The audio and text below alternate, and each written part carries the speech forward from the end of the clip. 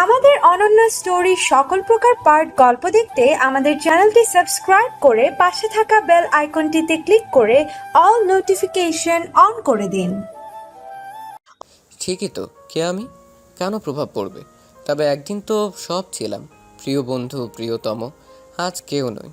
বিদেশে যদি কখনো শাড়ি পরার সুযোগ হয় তবে শাড়িটা পরো, ভালো লাগবে আমার। যদিও আমার ভালো লাগায় তোমার কিছু যায় আসে না। যদি কখনো মনে হয়, যাই হোক, তোমার ঘুম নষ্ট করতে চাই না। অনেক রাত হয়েছে, ঘুমো, রাখছি। অর্পা উত্তর না পেয়ে খেপে গেল। খেপে গেলে রুশানকে যে গালিটা দিত আজ সেটা দিয়ে বসলো। তুই ঘুমা কুত্তার বাচ্চা, শান্তি করে ঘুমা। রুশান বুঝতে পারছে অর্পা ভীষণ রেগে গেছে, তাই গালাগাল করছে। আমার তো ঘুমই নেই আর শান্তি। আমি নিশাচর পাখি, আকাশেতে উড়ি আর তারে খুঁজি। Tata, by. রুশান কল কেটে দিল। অর্পার আগে গজগজ করতে করতে বলল, ছন্দ মেলাচ্ছে, সব সময়ের মতো জঘন্য ছন্দ। আয়াস ড্রয়িং রুমের টিভিতে বসে ক্রিকেট ম্যাচ দেখছে, বাংলাদেশ শ্রীলঙ্কা ম্যাচ। ওর মধ্যে টান টান উত্তেজনা। বসা থেকে হুট করে উঠে দাঁড়িয়ে পড়ছে, টিভির স্ক্রিনের সামনে দিয়ে দাঁড়িয়ে পড়ছে, মনে হচ্ছে ভেতরে ঢুকে যাবে। আবারও সোফায় এসে বসছে। ওর পাগলামি দেখে ওর মা ভীষণ বিরক্ত। তিনি গুরুত্বপূর্ণ একটা কথা বলতে চায়, তাই রিমোট নিয়ে টিভি অফ করে দিল। আয়াস বিরক্ত হয়ে ভ্রু কুঁচকে মাকে বলল, টিভি অফ করলে কেন? এত গুরুত্বপূর্ণ ম্যাচ। তোর সাথে আমার এর চেয়েও গুরুত্বপূর্ণ কথা আছে। মাকে বেশ সিরিয়াস লাগছে, মনে হচ্ছে গুরুত্বপূর্ণ কিছুই বলতে এসেছেন। তাই আয়াস নিজেও সিরিয়াস হলো মায়ের কথা শোনার জন্য। সোজা হয়ে বসে পড়ল। মা, কোনো সমস্যা? মা কয়েকবার পলক ফেলে নড়ে চড়ে বসে আয়াসের দিকে তাকালো। আয়াসের পূর্ণ মনোযোগ তার দিকে। আমি তোর বিয়ের কথা ভাবছি। আয়ান ছোট ছোট ধাক্কা খেলো। এই তার মায়ের গুরুত্বপূর্ণ কথা? এখন তো আয়াসের হাসি পাচ্ছে, দম ফাটানো হাসি। এই তোমার গুরুত্বপূর্ণ কথা? আয়াস হাসতে লাগলো। ওর মা ধমক দিয়ে পড়ল, বিয়াদবের মতো হাসবি না। আমি হাসি ঠাট্টা করতে আসিনি, আমি তোর বিয়ে দিতে চাই। মেয়ে আমি পছন্দ করে ফেলেছি। মেয়ে পছন্দ করে ফেলেছি কথাটা শুনে আয়াস ঝাটকা খেলো। মানে কাকে? আয়াসর নাম শুনে বিস্ময়ে কপাল কুঁচকে বলল, হোয়াট? মাথা ঠিক আছে তোমার? বর্ষার, তুমি আমার জন্য অর্ষাকে পছন্দ করছো? কেন আশা? কোন দিক দিয়ে তোর চেয়ে কম? ও আমার চেয়ে কম না, বরং বেশি। দেখতে শুনতে ভালো, এ একজন আর্কিটেক্ট, পেশায় সফল। ওর চেয়ে আমি পিছিয়ে আছি। কিন্তু সেটা কথা না, কথা হচ্ছে ওকে আমি সবসময় বোনের নজরে দেখেছি। বোনকে কোনোদিন কোনো ভাই বিয়ে করতে পারে না। ও তোর খালাতো বোন, আর খালাতো বোনকে বিয়ে করা জায়েজ। আয়াস বিরক্তি নিয়ে উঠে দাঁড়ালো। ওহ মা, জায়েজ না জায়েজ আমি বুঝি না, আমি ওকে বিয়ে করতে পারবো না। আয়েশের মা ওর মুখোমুখি দাঁড়িয়ে বলল, কারণটা কি? ওর মধ্যে ঘাটতি আছে তাই? ওকে বিয়ে করলে ভবিষ্যৎ অনিশ্চয়তার মধ্যে থাকতে হবে তাই? দেখ আয়াস, সবকিছু আল্লাহর হাতে। তিনি চাইলে কোনো মিরাক্কেলও করতে পারেন। আয়াস বিস্ময় নিয়ে ওর মায়ের দিকে চেয়ে বলল, মা, আমাকে তুমি এতটা নিচু মনের মনে করো? আমি এডুকেটেড একটা ছেলে। এখন চিকিৎসা বিজ্ঞান অনেক উন্নত, আমি এসব নিয়ে মোটেও মাথা ঘামাই না। আমাকে বিয়ের কথা বলছো? অর্ষা কখনো রাজি হবে? ও আমাকে কখনোই সেই চোখে দেখে না। আয়েশের মা অনুনয়ের সুরে বলল, যদি রাজি হয়, রাজি হলে তুই বিয়েতে রাজি হবি? আয়ান, আমি মা হয়ে অনুরোধ করছি, মেয়েটার কেউ নেই, ও খুব একা। মনের ভেতর ওর অনেক দুঃখ কষ্ট চাপা আছে, ভেতরে ভেতরে গুমড়ে মরছে। এভাবে একটা মানুষ বাঁচতে পারে? মা, প্রথমত ও রাজি হবে না, আর দ্বিতীয়ত আমি একজনকে ভালোবাসি। ওর মুখে ভালোবাসার কথা শুনে ওর মায়ের মাথায় আকাশ ভেঙে পড়ল। ভেবেছিল আয়াসকে বুঝিয়ে রাজি করতে পারলেই অর্ষাকে রাজি করিয়ে ফেলবে, কিন্তু এখন তো অসম্ভব। কান্না বিচলিত কণ্ঠে বলল, আয়াস, তুই কাকে ভালোবাসিস? অর্ষার সাথে তোর বিয়ে, এটা আমার অনেক বছরের স্বপ্ন। এজন্য তোকে বড় করেছি। এই শিখেছিস পড়াশোনা করে? তুই আজ আমাকে অনেক ছোট করলি। আমি অন্য কোনো মেয়েকে ছেলের বউ হিসেবে একদম মেনে নেব না। শেষের কথাগুলো কঠোরতা নিয়ে বলল।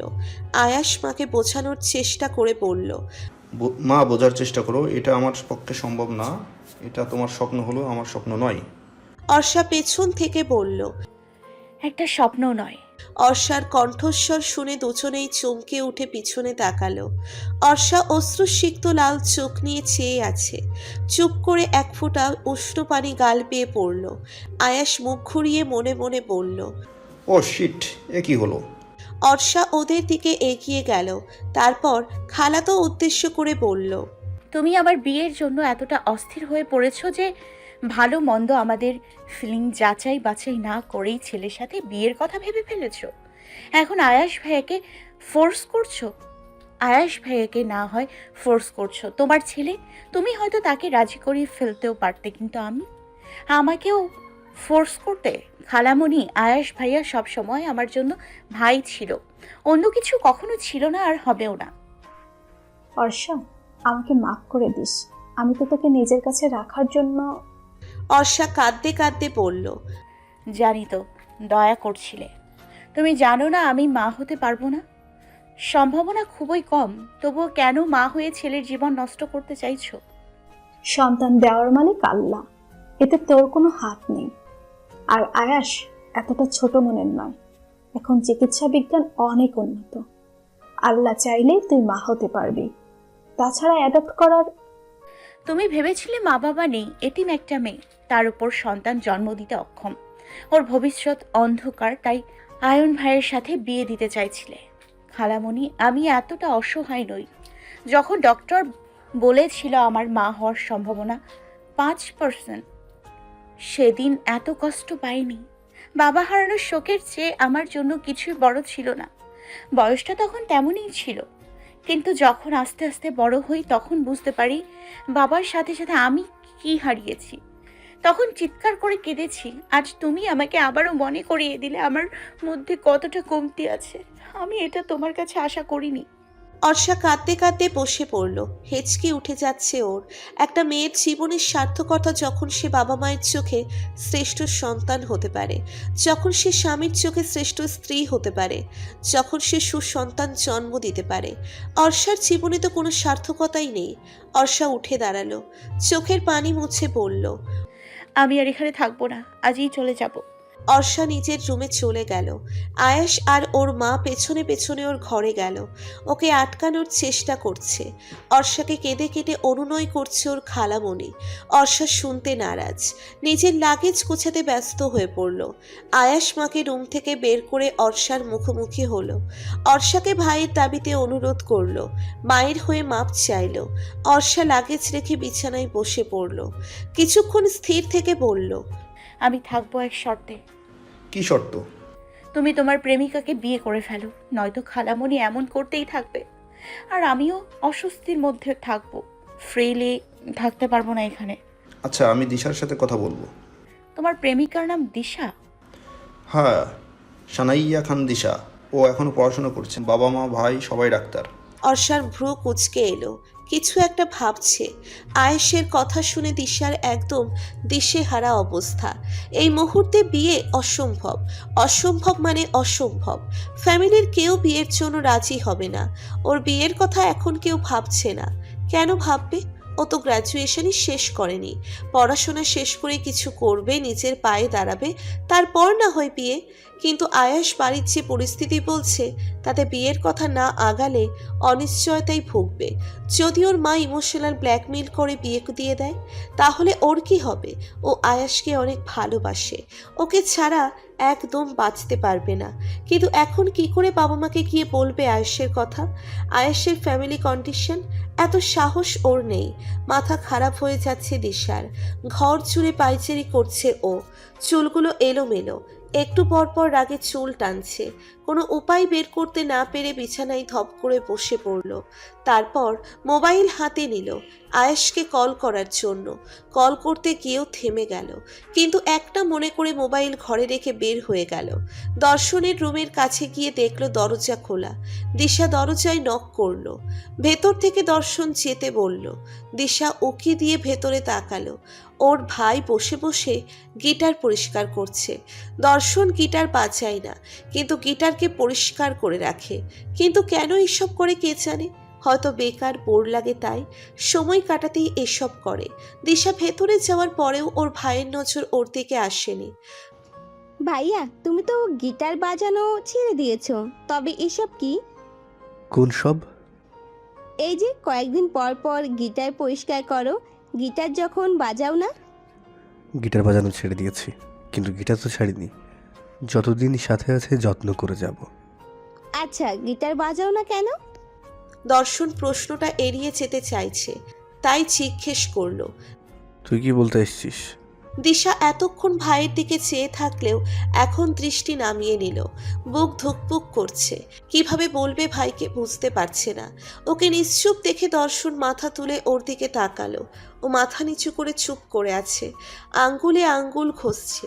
মনে হচ্ছে কিছু বলতে চাইছে, কিন্তু ইতস্তত বোধ করছে। বিষয়টি অবশ্যই সিরিয়াস আর স্পর্শকাতর, নয়তো চট করে বলে চলে যেত। দর্শন গিটার রেখে সিরিয়াস ভঙ্গিতে ওর দিকে তাকালো। দিশা, নির্ভয়ে বলতে পারিস, আমি যথাসাধ্য চেষ্টা করব তোর সমস্যার সমাধান দেওয়ার। দিশা সাহস পেয়ে ভাইয়ের দিকে তাকালো, সাহস সঞ্চার করে বলল। ভাইয়া আমি কিন্তু বড় সমস্যায় আছি, বাবা কিংবা মা কারোর সাথে শেয়ার করতে পারছি না, বলতে ভয় করছে, তাই তোমার কাছে এলাম। প্লিজ ভাইয়া হেল্প মি। হ্যাঁ বল, শুনছি তো। আমি আসলে দিশা ঢোক গিলল, হাত পা কাঁপছে কেন? ভাইয়ের দিকে তাকালো। দর্শন ওর দিকে বিস্ময় নিয়ে চেয়ে আছে। হ্যাঁ তুই কি? দিশা আবারও ঢোক গিলল, চোখ বন্ধ করে গড়গড় করে বলল। আমি একজনকে ভালোবাসি। দর্শনের কাছে বিষয়টা স্বাভাবিক লাগলো। বর্তমান যুগের মেয়ে প্রেম করতেই পারে, কাউকে ভালোবাসতেই পারে। তো দিশা চোখ খুলল, তারপর কাঁদো কাঁদো হয়ে বলল। ওর বাবা মা বিয়ের জন্য চাপ দিচ্ছে, ওকে বিয়ে করাতে চাচ্ছে। আসলে ওর বাবা অনেক অসুস্থ, বড় বোনের বিয়ে হয়ে গেছে অনেক বছর আগে।